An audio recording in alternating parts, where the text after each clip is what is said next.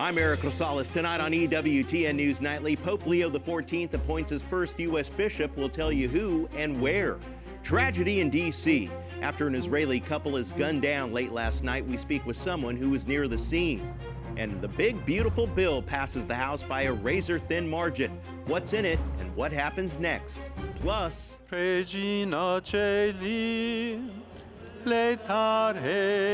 Singing with the Pope will show you a new series that's all the rage and how you can join in.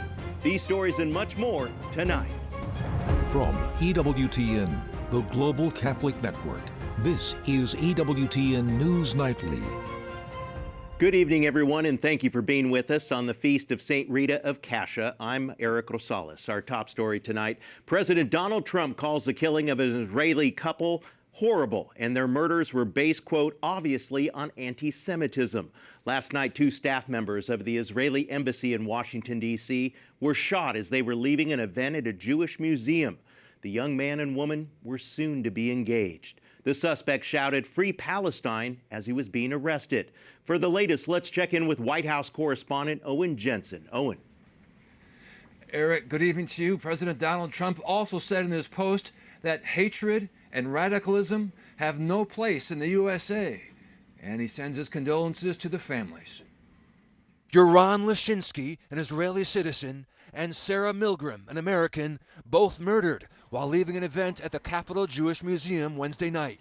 In the press briefing room today, Caroline Levitt telling reporters, President Trump is saddened and outraged over the brutal murder of 2 Israeli embassy staff here in Washington, D.C. last night. Yoram Lashinsky and Sarah Milgram were a beautiful young couple.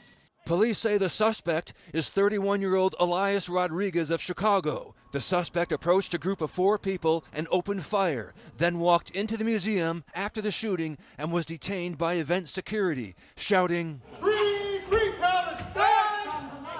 Free, free Palestine!" U.S. Attorney General Pam Bondi, near the crime scene, told reporters, "Our Jewish community must feel safe." They were at a religious event right around the corner from where we're standing, a religious event with friends and with co-workers. They walked outside to go home and were gunned down. That cannot happen in our community. In Chicago, law enforcement arrived at an address associated with the suspect. Meanwhile, on Capitol Hill, Senator John Thune said it's appallingly clear that event attendees were deliberately targeted. My prayers today are with the families of the deceased, with event attendees, with the employees of the Israeli embassy, and with all the members of the Jewish community suffering in the wake of this attack. Yaron and Sarah weren't the victims of a random crime. The terrorists who cruelly gunned them down did so for one reason and one reason alone. He wanted to kill Jews. One colleague of Sarah Milgram described what she was like. Sarah was kind, passionate, very brilliant woman, young woman that cared deeply about what she does. And this reaction to the killings from the Israeli ambassador to the United Nations. But, we have seen what happened in the last few weeks. We have seen the incitement on campuses. We have seen the incitement in many places. And unfortunately, today we faced a horrible terror attack against innocent people. President Trump and Prime Minister Netanyahu spoke by phone today about the shooting. The attack comes as anti-Semitic acts are on the rise. At the White House, Owen Jensen, EWTN News Nightly. And joining us now is Eduardo Cornwars, a Boston University student who was ironically attending the Orthodox Union Advocacy Center's training on confronting anti-Semitism just a few blocks away from the shooting. Eduardo, thank you so much for joining us. And first off, I just want to get your reaction to the horrible events which took place last night in the nation's capital. Yes, thank you for having me. It really is appalling to see how in a nation that we pride ourselves with combating anti-Semitism and fostering a sense of unity and belonging, and as a college student, I come on this fellowship to learn about how to combat anti-Semitism, meet with individuals. As you said, it's ironic, we see just a few blocks away, literally 5 minutes away from where we're staying, a horrific shooting that took the lives of 2 individuals who were just simply attending an event with their job with the American Jewish Committee. And it's truly unfortunate to see. It's a crazy reality we live in. Most definitely horrific event. And as we mentioned at the very top, you were actually in town for an advocacy training on anti-Semitism. And what do you see on a daily basis in terms of anti-Semitism, and what kind of work you're doing to combat that? Yes. So it's no secret on college campuses specifically, anti-Semitism has been an all-time high. It's growing at a horrific rate. Fortunately, Boston University hasn't been as impacted in terms of violence as other colleges. However, that doesn't mean that we're immune to it. We have experienced numerous boycott, divestment, and sanctions BDS referendums targeting Jewish students. We have experienced swastikas show up on our campus. So myself, I'm in the Boston University Students for Israel organization, serve as a secretary, and among other organizations. And what we really try to do is we try to foster the sense of belonging through dialogue. Yes, unfortunately they do continue, and just want to thank you so much for joining us. Eduardo, thank you so much. Yes, thank you for having me.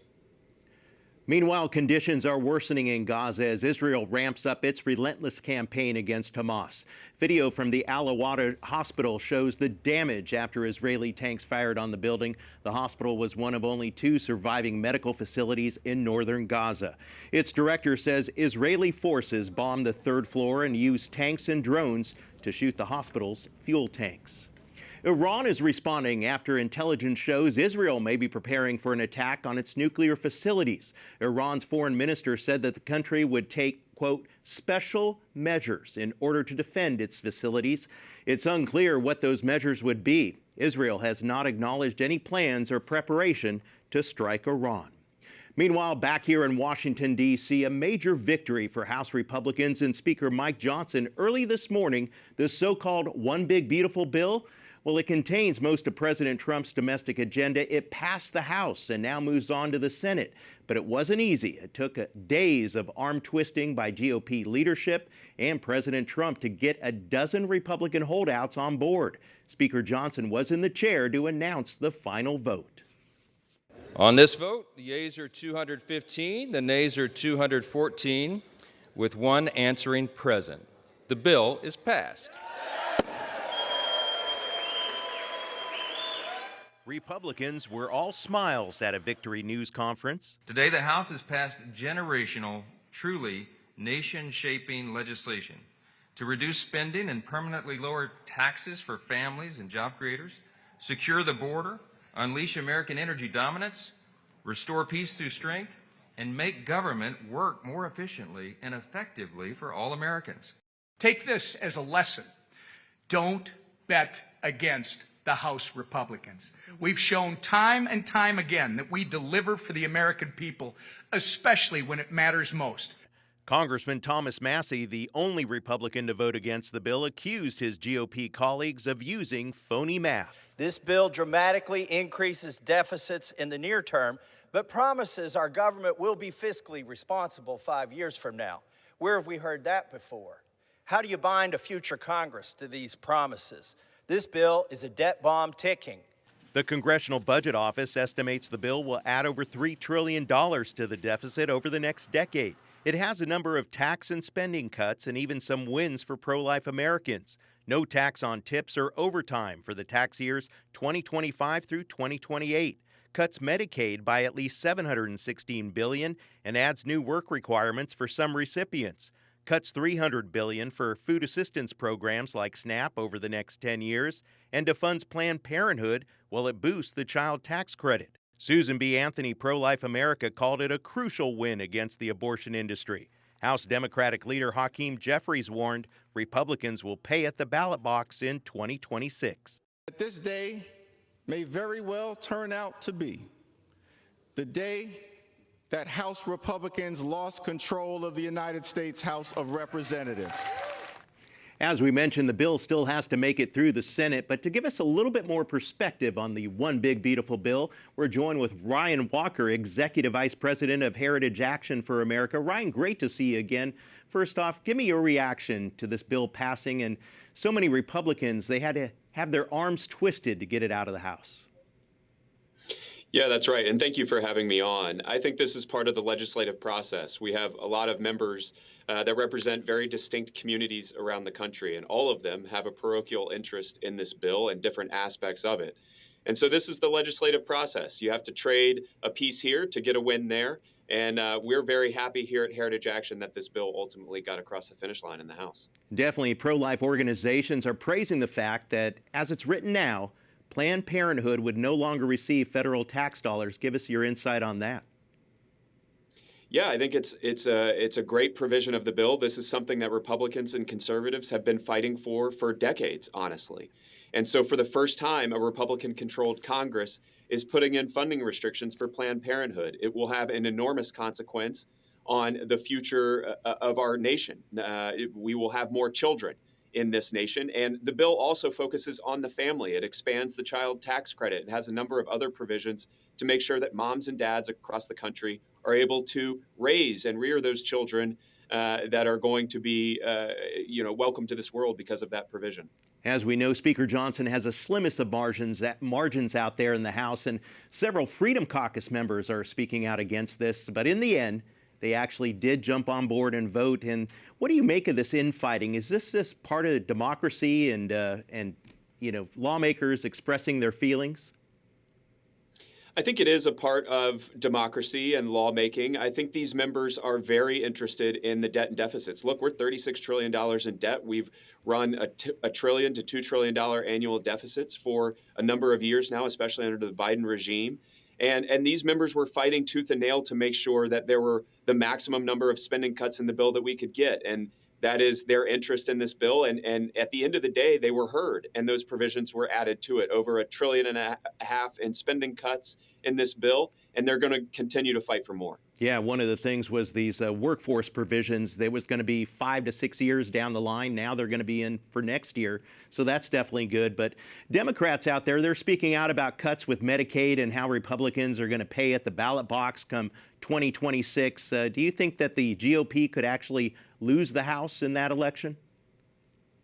No, listen, the American people voted for Donald Trump and the Republican majorities in both the House and the Senate. I think that they want lower taxes. I think that they want accountability in federal spending programs like Medicaid. They want people to be able to, or be required to work to be able to receive some of these assistance programs. And so the Republicans will have very easy responses to this. This is about right-sizing the federal government, making sure that money is not going out the door to folks who don't deserve it. Hey, Ryan, we appreciate your insight as always, Executive Vice President at Heritage Action for America. Thanks a lot. Thank you. A federal judge has blocked President Trump from dismantling the Department of Education, ruling it cannot be done without congressional approval. A U.S. district judge out of Boston also ordered the agency must reinstate employees who were fired in mass layoffs. Several school districts in Massachusetts and the American Federation of Teachers brought the lawsuit against the Department of Education. The lawsuit claimed the Trump administration shouldn't be allowed to carry out responsibilities required by Congress. Now, the Trump administration is firing back, saying the layoffs are aimed at efficiency, not a department shutdown. However, the administration does admit that it does want to close the Department of Education, but recognizes it must be carried out by Congress. It is appealing the decision. The Trump administration has revoked Harvard University's ability to enroll international students. The White House says thousands of current students must transfer to other schools or leave the country. The Department of Homeland Security announced the action, saying Harvard has created an unsafe campus environment by allowing, quote, anti-American pro-terrorist agitators to assault Jewish students on campus. Harvard said it is fully committed to keeping its ability to host international students and scholars. Pope Leo XIV has appointed his first U.S. bishop. Auxiliary Bishop Michael Pham will take over the new position. Bishop Pham was born in Vietnam but studied in San Diego and was ordained a priest in 1999. He fills a spot left vacant when former Bishop Robert McElroy was moved to the Archdiocese of Washington, D.C. Well, we still have a lot more to come on EWTN News Nightly, including a big decision from the U.S. Supreme Court as it blocks the creation of a religious charter school, why it says such a school would violate the Constitution. And a deadly scene in California after a private plane goes down in San Diego. What we know about the crash.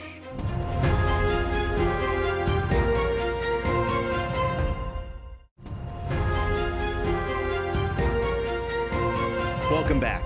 The U.S. Supreme Court came out with a number of opinions today, one of which blocks the creation of the nation's first religious charter school. The court was split 4-4 over whether to allow taxpayer funds to go to St. Isidore of Seville Virtual Charter School in Oklahoma.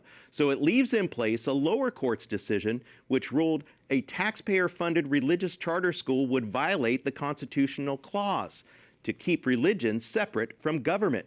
Catholic Justice Amy Coney Barrett recused herself, leaving the 9-member court eventually to be divided evenly.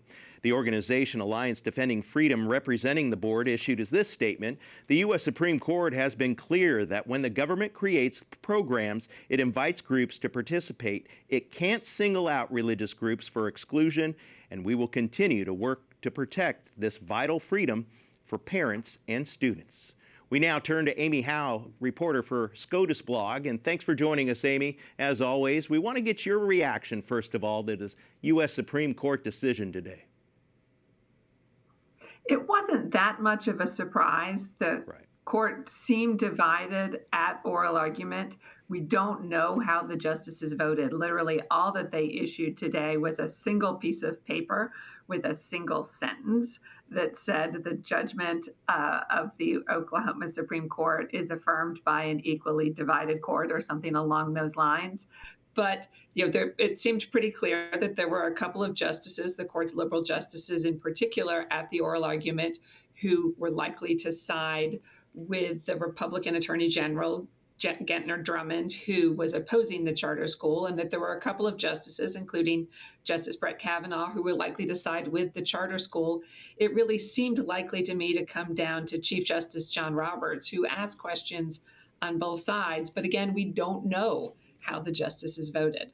Now, we understand that Catholic Justice Amy Coney Barrett recused herself. Do we know the reasons behind that?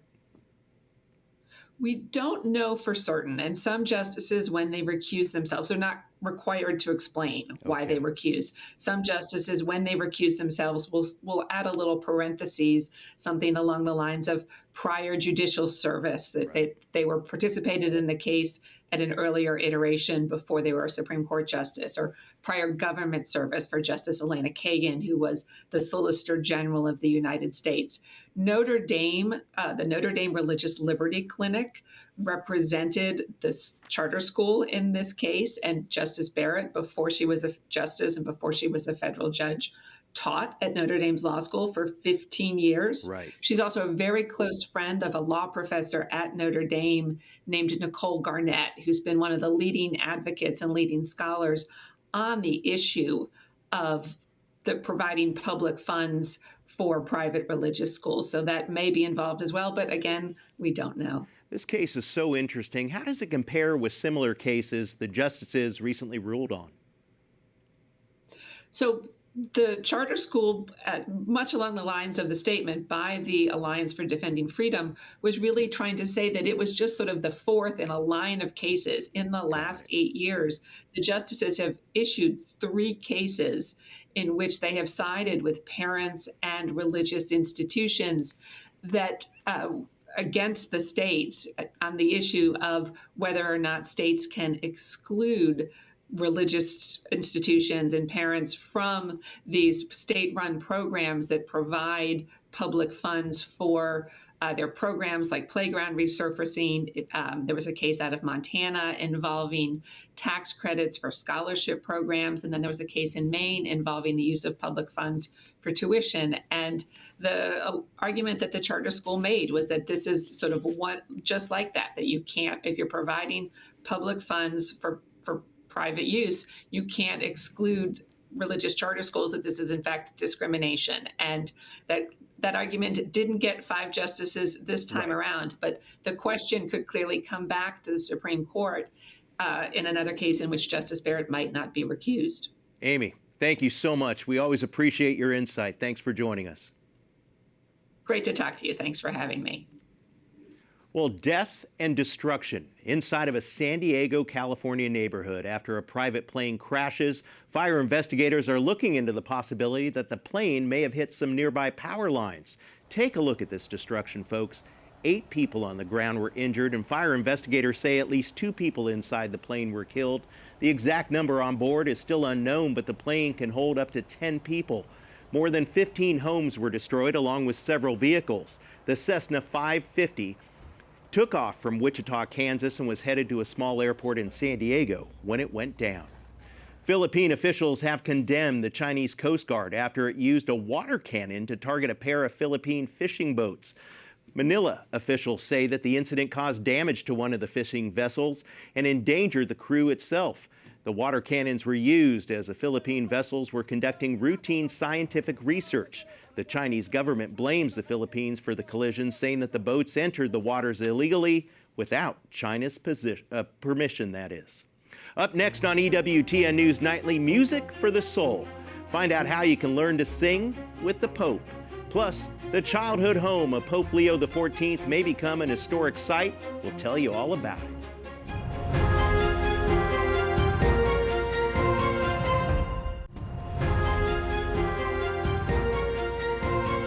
The Vatican Sacred Music School is seeking to teach Catholics worldwide how to sing ancient Gregorian chant to help them participate actively in the liturgy.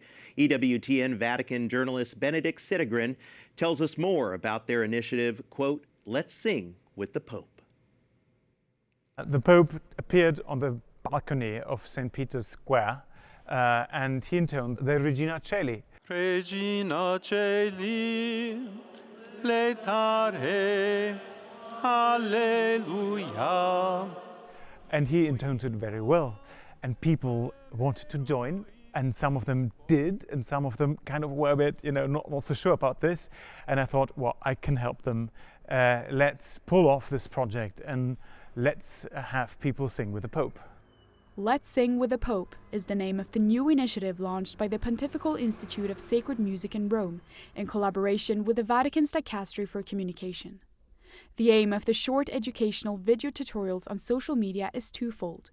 First, it is to make the Church's rich heritage of Gregorian chant accessible to all. But it is also to help the people of God sing along the Holy Father during the upcoming liturgical celebrations. This is Father Robert Mielhardt from the Pontifical Institute of Sacred Music in Rome. Welcome to Let's Sing with the Pope. Simply put, the initiative invites the faithful to raise their voices in song alongside Pope Leo XIV, who has done so himself several times since his election. Et Filii et Spiritus Sancti. He has a lovely voice. He's an experienced singer, so he lived most of his life in a monastic community, in a community of friars, where singing the office is a daily thing. The second thing is that he's an Augustinian. And St. Augustine was very sure that, to pray in song is a very, very pleasing and good thing. There's this famous adage, who sings praise twice, so who sings glorifies God and preaches the word of God even more than we could do it only with our words. With the help of students at the Pontifical Institute, Father Robert teaches his worldwide audience how to read and sing simple musical notes. But he also explains the meaning behind the profound Latin texts as well. This which Father Robert has begun is so timely. It's so timely because people seem not to enjoy the chants because they don't know it. So having someone who is bringing it, it's more like a revival. Father Robert is re-evangelizing the people again. Not just on the local aspect, but globally. At the comfort of your home, you can take your phone. Okay, let's sing with the Pope. While the exact reach of the videos is still unknown, Father Robert says the comments he reads on social media are giving him a sense of how they are touching both believers and non-believers alike. It's fantastic to read those comments because it's so encouraging for us as Institute and for the students and for all the people that want to help people glorifying God by song.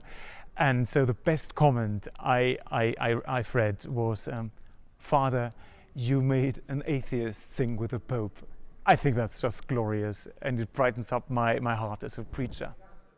In Rome, Benedict Sidegren, EWTN News Nightly.